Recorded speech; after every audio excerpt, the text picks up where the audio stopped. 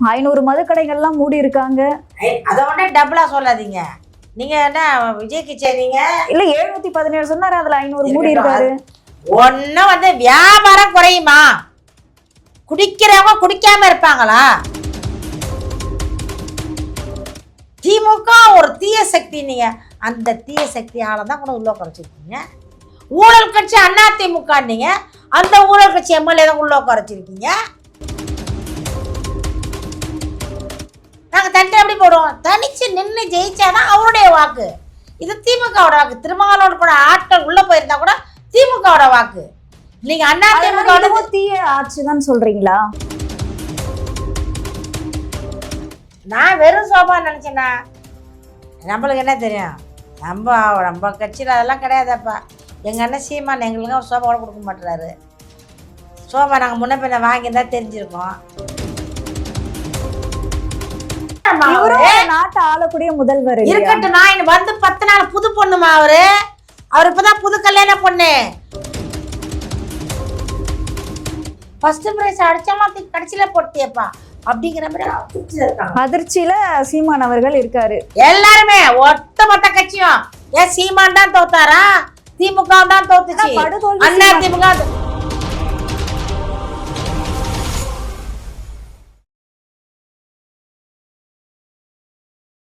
குக்கு செய்தி நேயர்களுக்கு வணக்கம். நான் உங்க தீபிகா. இன்றைய நிகழ்ச்சியின் சிறப்பு விருந்தினர்கள் முனைவர் காமாட்சி நாயுடு அவர்கள் மற்றும் நாம் தமிழர் கட்சியின் மாநில கொள்கை பரப்பு செயலாளர் வன்னை சுமதி அவர்கள். இருவருக்கும் வணக்கம் சார். வணக்கம். வணக்கம்.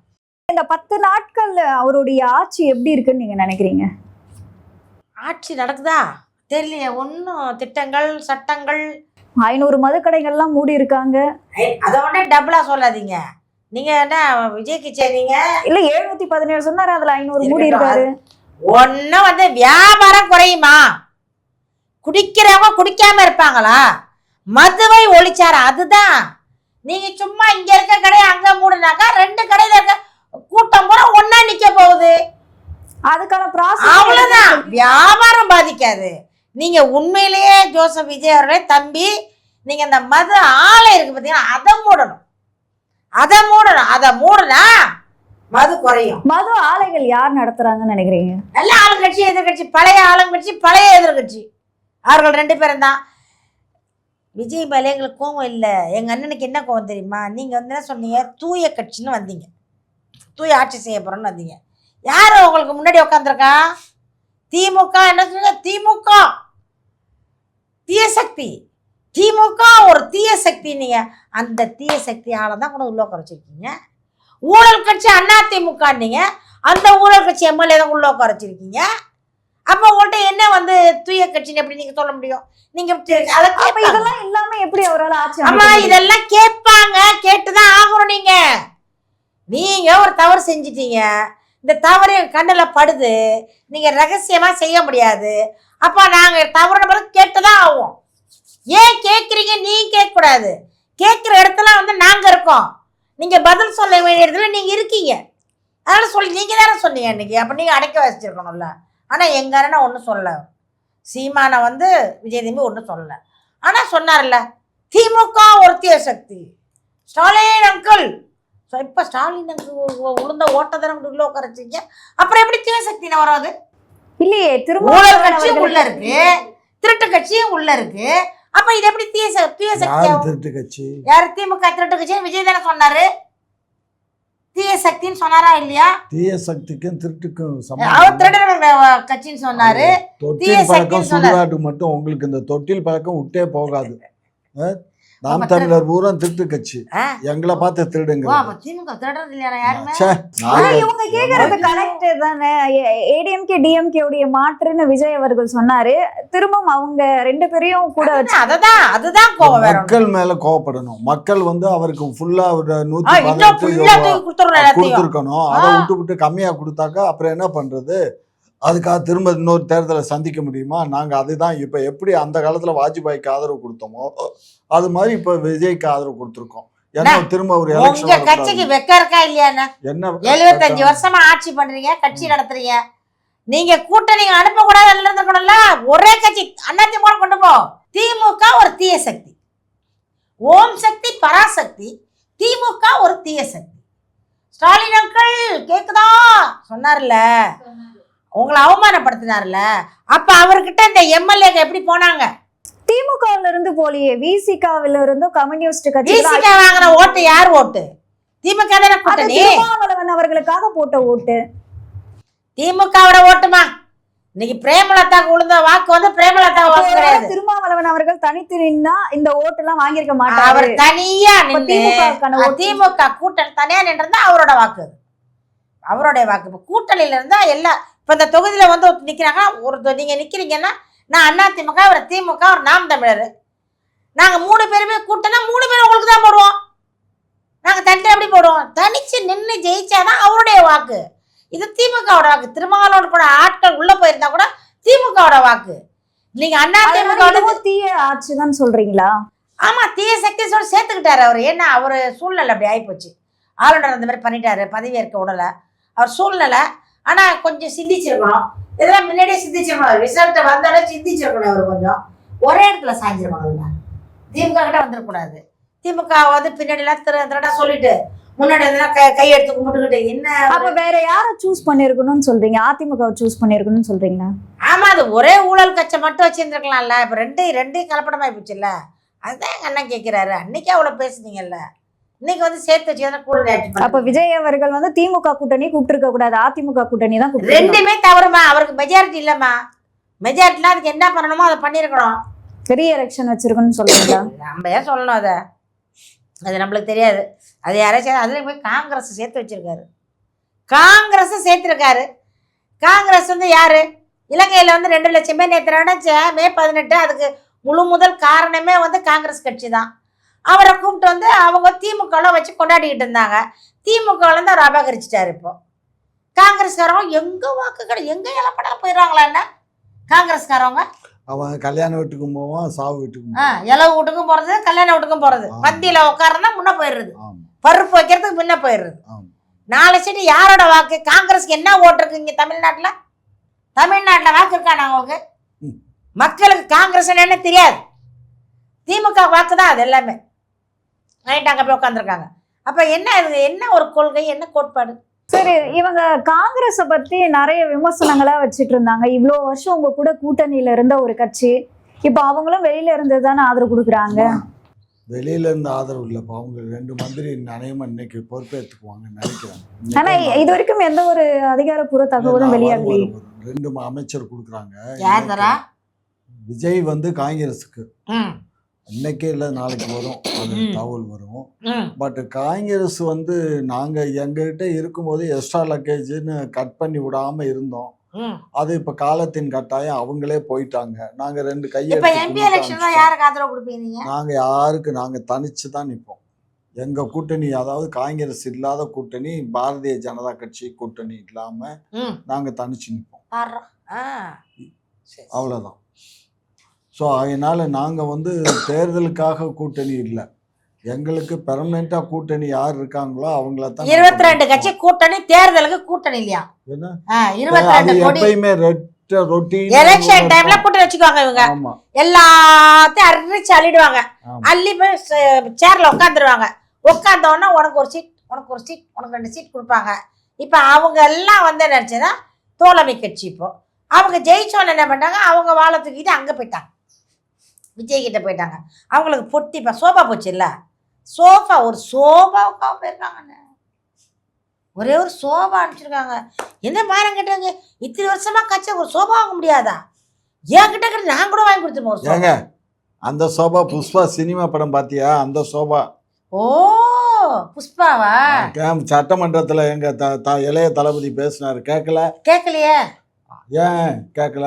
கேட்கல, மறந்துட்டேன். புஷ்பா படத்துல நடந்த அந்த சோபா. அது என்ன இருக்கும்ல? என்ன இருக்குன்னு சும்மா இன்னைக்கு ஈவினிங் போய் படம் பாருங்க. புஷ்பா படம் பார்த்து நான் ஒரு 5 வாட்டி பார்த்துட்டேன். பிடிக்கும் எனக்கு அந்த படம். அப்புறம் என்ன நடிப்பு நல்லா இருக்கும். அப்ப சோபாக்குள்ள என்ன வச்சாங்க? அவர் சந்திரகட்டை வச்சிருப்பாரு. சந்திரகட்டை கட்டு கட்டா பணம் வச்சிருப்பாரு. அப்புறம் என்னத்துக்கு என்கிட்ட கேக்குற என்ன வச்சாங்கன்னு? இல்ல அது நான் வெறும் சோபா நினைச்சேன்னா, நம்மளுக்கு என்ன தெரியும்? நம்ம கட்சியில் அதெல்லாம் கிடையாதப்பா. எங்கள் அண்ணன் சீமான் எங்களுக்கு ஒரு சோபா கூட கொடுக்க மாட்டுறாரு. சோஃபா நாங்கள் முன்ன பின்ன வாங்கியிருந்தா தெரிஞ்சிருக்கோம். நீங்கள் வாங்கி பழக்கப்பட்ட நீங்கள், உங்களுக்கு தெரியும். என்ன சொல்கிறது? எங்களுக்கு வரலங்க, அங்க போச்சு. எங்க திருமாவளவனுக்கு போச்சா? சண்முகம் வீட்டுக்கு போச்சு. திருமாவளவனுக்கு வந்துச்சா?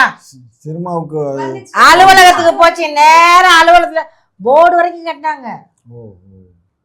பார்த்தோம். அப்ப என்ன உங்கள்ட்ட விசுவாசம் மறந்துட்டாரு? திருப்பி நாளைக்கு சேர்த்துப்பீங்கல்ல? அவர் எங்க கூட தான் இருக்காரு. ஆனா அவர் அமைச்சர் பொறுப்பு ஏத்துக்கணும்னு சொல்லி வேண்டிக்கிட்டு இருக்காங்க டிவிகேல. அமைச்சர் பொறுப்பு எதுக்குமா அவருக்கு? அதெல்லாம் இவங்களுக்கு இங்க கட்டிங் நிறைய வரும். அவங்களுக்கு அமைச்சர் இங்க அங்க புதுசா வாங்க முடியாது. அமைச்சரை விட அதிகமா வந்து இங்க சலுகை இருக்குன்றீங்களா? இங்க நிறைய கட்டிங். இவங்க இது வந்து ரெகுலர் கஸ்டமர். இங்க முக்கியமான கஸ்டமர்லாம் ரெடி ஆயிட்டாங்க. இது இவர்களோட கஸ்டமர்கள். இந்த கஸ்டமரே புது கஸ்டமர் பிடிக்கணும்ல, அது இதே பரவாயில்லன்னு இருந்துருவாங்க. வேணா ஆதரவு கொடுப்பாங்க. ஆதரவு கையெழுத்து அங்கே போட்டுறது, இலையை போட்டு சாப்பிட்றது. அங்கே தூங்கும்போது இங்கே வந்து தூங்கிடுறது. திமுக திண்ணையில தூங்கிடுறது. அங்கே டிவிக்கு ஆஃபீஸில் போய் உட்காந்து சாப்பிட்றது. அதானே? எங்க கூட்டணி கட்சியில பத்தி நீங்க தவறா பேசாதீங்க. யாருகிட்டையும் கை விட்டு. ஐயா, உங்க கூட்டணிய சொல்லாதீங்க வெளியில. நான் சொல்லல. என்ன வெளிநாட்டுல எல்லாம் காரி துப்புறாங்க. ஆமா துப்புறாங்க. என்னையா அவங்க அரசியல்? திமுகவுக்கு எதிரி அண்ணா திமுக ஊழல் இது நிறைய. இப்ப 2 பேரும் உள்ள வச்சு உட்காந்துருக்காரு அவரு. அது அவரை கேளு. நான் உங்க அரசியல்வாதி அவரைதான் கேக்குறேன். ஆளு பத்தல அவரு. அதுக்கு நீ இப்படியா போயிடுறாரு. அவர் ஒரு எம்எல்ஏ மூஞ்சி தெரியல. கல்வித்துறை அமைச்சர், சிறப்பான அமைச்சர். என்னது மாணவருக்கா கல்வித்துறை அமைச்சர். அவரு விளையாட்டுத்துறை அமைச்சர். அவர் செமையா போட்டிருக்காரு. நல்ல எம்எல்ஏக்கள் நல்லா இருக்கும். சார், இப்போ இன்னொரு விஷயம் என்ன அப்படின்னு பாத்தீங்கன்னா, இப்போ எதிர்கட்சிக்கு வேலையே இல்லை. ஏன்னா வந்து அதிமுகவுடைய திட்டங்களும் திமுகவுடைய திட்டங்களும் விஜய் வந்து செயல்படுத்துறதுனால மக்கள் மத்தியில ஒரு நல்ல வரவேற்பை வந்து பெற்றிருக்கிறாரு. இப்போ எதிர்கட்சிக்கு இந்த இடத்துல வேலையே இல்லாம போச்சு அப்படின்ற மாதிரி சொல்றாங்களே.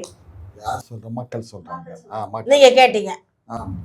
ஒரு பொதுவான ஒரு ஏன்னா மக்கள் தானே 2 திட்டத்தையும் வந்து பயன்படுறாங்க. என்ன திட்டத்தை கொடுத்துட்டாரு அவரு? அந்த திமுக கொடுத்த 1000 ரூபாய் தொடர்ந்து இருக்கிறாரு. அதே போல அம்மா உணவகங்கள்லாம் சீரமைக்கிறாரு.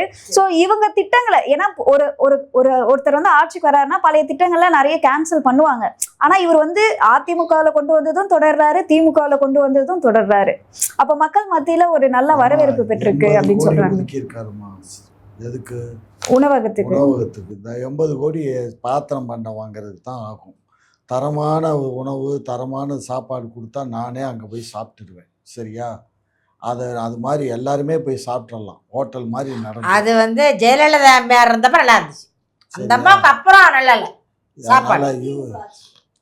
இவர் வந்து இவங்க அந்த அளவுக்கெல்லாம் இனிமே போகிற காலத்தில் பருப்பு விலை, எண்ணெய் விலை, அரிசி விலை எல்லாம் கூடி போச்சு. அதெல்லாம் பார்ப்பாரு. அதெல்லாம் வந்து கொடுக்க முடியாது. இப்போ 80 கோடி 200 கோடி முன்னாடி செலவாச்சு.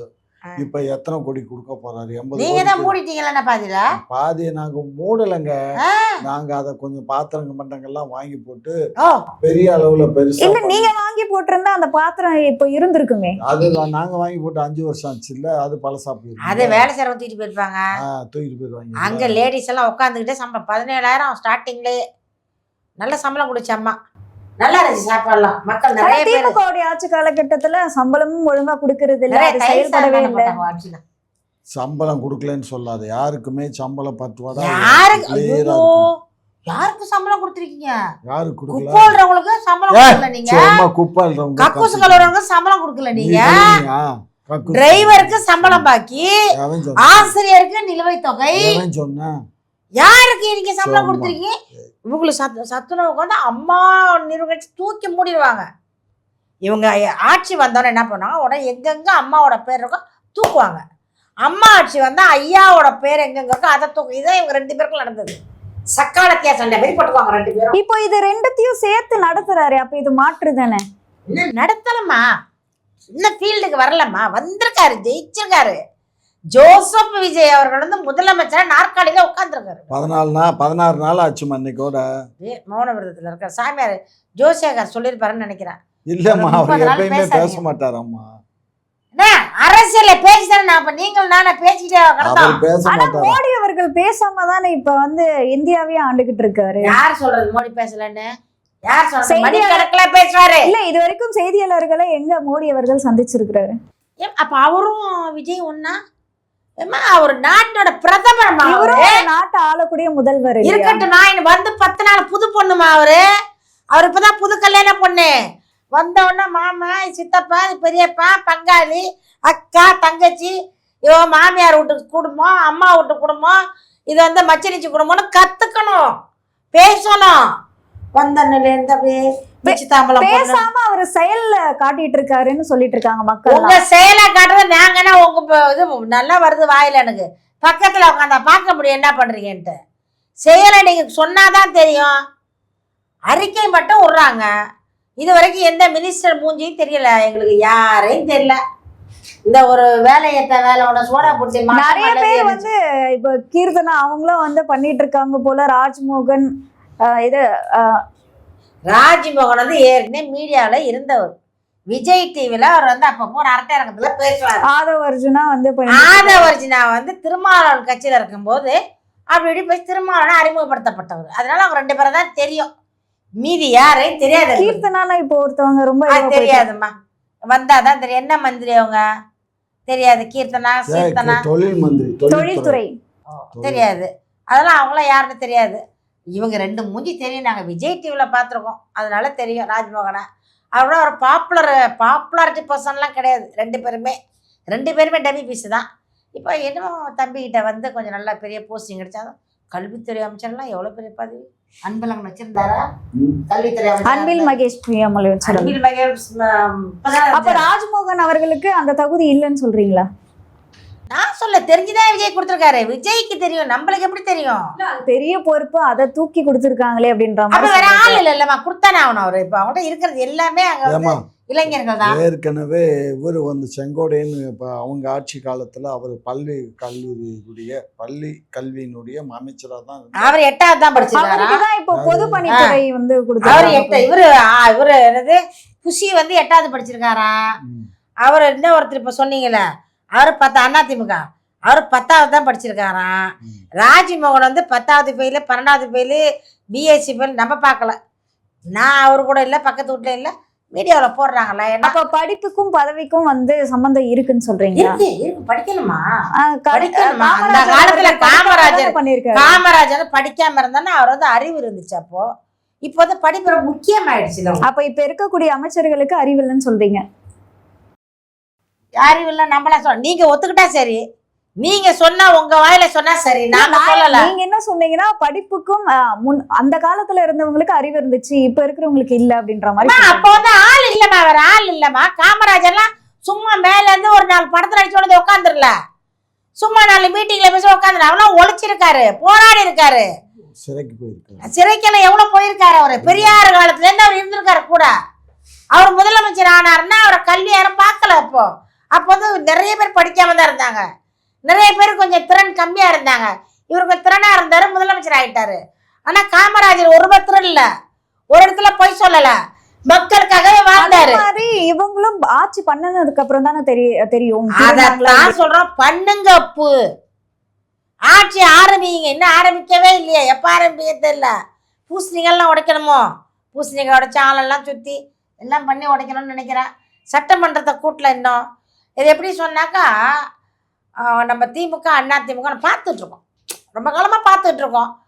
அவங்க ஆட்சி அமைய போகுதுன்னா உடனே சட்டமன்றத்தை காட்டுவாங்க, நாடாளுமன்றத்தை காட்டுவாங்க, பரபரப்பாக இருக்கும். இவங்க ஒரு 10 பேர், அவங்க 10 பேர், இவங்க பார்த்தா அவங்க அன்னதானம் பண்ணுவாங்க. இப்போ தமிழக அரசியல புரட்டி போட்டிருக்கே, இதுவே ஒரு பெரிய பரபரப்பு தானே? பரபரப்புன்னு இல்லை, புரட்டி போடுறது எப்படின்னா எல்லாம் ஸ்தம்பிச்சு போயிட்டாங்க. தம்பியா என்னப்பா லொடுக்குன்னு ஓடியாந்தியப்பா, ஜெயிக்க மாட்டோம்னு நினைச்சப்பா, ஃபர்ஸ்ட் பிரைஸ் அடிச்சிட்டியப்பா, ஃபர்ஸ்ட் பிரைஸ் அடிச்சாலும் கடைசியில போட்டியப்பா அப்படிங்கிற மாதிரி அதிர்ச்சியில சீமான் அவர்கள் இருக்காரு. எல்லாருமே ஒட்டுமொத்த கட்சியும். ஏன் சீமான் தான் தோத்தாரா? திமுக தான் தோத்துச்சு, அதிமுக எங்களுக்கு வந்து தோல்வி சகஜமா. வெற்றியோ நாங்க வந்து யாருக்கும் 2000 தரல, இவங்கள மாதிரி 3000 தரல, இவங்கள மாதிரி கோழி பிரியாணி தரல, இவங்கள மாதிரி 5000 தரல, இவங்கள மாதிரி ஓட்டுக்கு 2000 தரல, நைட்டோட நைட்டா கொண்டு ரகசியமா பணத்தை கொடுக்கல. நாங்க எதுவுமே செய்யல. எங்களுடைய வாக்கு வந்து தூய்மையான வாக்கு. எங்களுக்கு அண்ணன் சீமான் வேணும்னு வந்த வாக்கு. இவர்களுக்கு இன்னைக்கு 2000 கொடுத்தாங்க, நாளைக்கு வந்து இப்போ விஜய்க்கு என்ன அவர் வந்து இந்த சொன்னாரா இல்லையா, 2500 தரேன்னு சொல்லியிருக்காரா இல்லையா, இலவசமா பஸ் விடுறேன்னு சொல்லியிருக்காரா இல்லையா, கல்வியெல்லாம் இலவசம்னு சொல்லியிருக்காரா இல்லையா, இலவசம்னு சொல்லி தானே அவர் வந்திருக்காரு. அது போட்டு விழுந்திருக்கு 6 சிலிண்டர். அப்போ ஏன் உனக்கு என்ன வயிற்றுச்சலா இருக்கு? கொடுக்க முடியாதுன்னு. ஏன் கொடுக்க முடியாது? அவர் கொடுப்பாருங்க. அவர் என்ன அரசாங்க காசுல இருந்தா கொடுக்க போறாரு? எங்க அண்ணன் அவர் வீட்டுல வச்சிருக்காரு. அவர் உச்சபட்ச நடிகரா இருந்தவர், 250 கோடி வாங்கினவர். அதனால எங்க அண்ணன் காசுல இருந்து கொடுப்பாரு. சொன்னதை கேட்கலையா? அந்த ஒரு பொண்ணு சொன்னாலே கேட்கலையா? அதான் விஜய் அண்ணன் கொடுப்பாருன்னு சொல்லிச்சா இல்லையா? உங்களோட நேரத்தை ஒதுக்கி பல்வேறு கேள்விக்கு விளக்கம் அளிச்சிருக்கீங்க, அதற்கு நன்றி. நன்றி. குக்கு செய்தி நேயர்களுக்கு மிக்க நன்றி. கிட்டத்தட்ட 73,000 சப்ஸ்கிரைபர் தாண்டி போயிட்டு இருக்கோம். இதே போல தொடர்ந்து உங்களுடைய ஆதரவை அளிக்கவும். அது மட்டும் இல்லாம லைக் பண்ணுங்க, ஷேர் பண்ணுங்க, சப்ஸ்கிரைப் பண்ணுங்க, மறக்காம பெல் ஐக்கானையும் கிளிக் பண்ணிருங்க.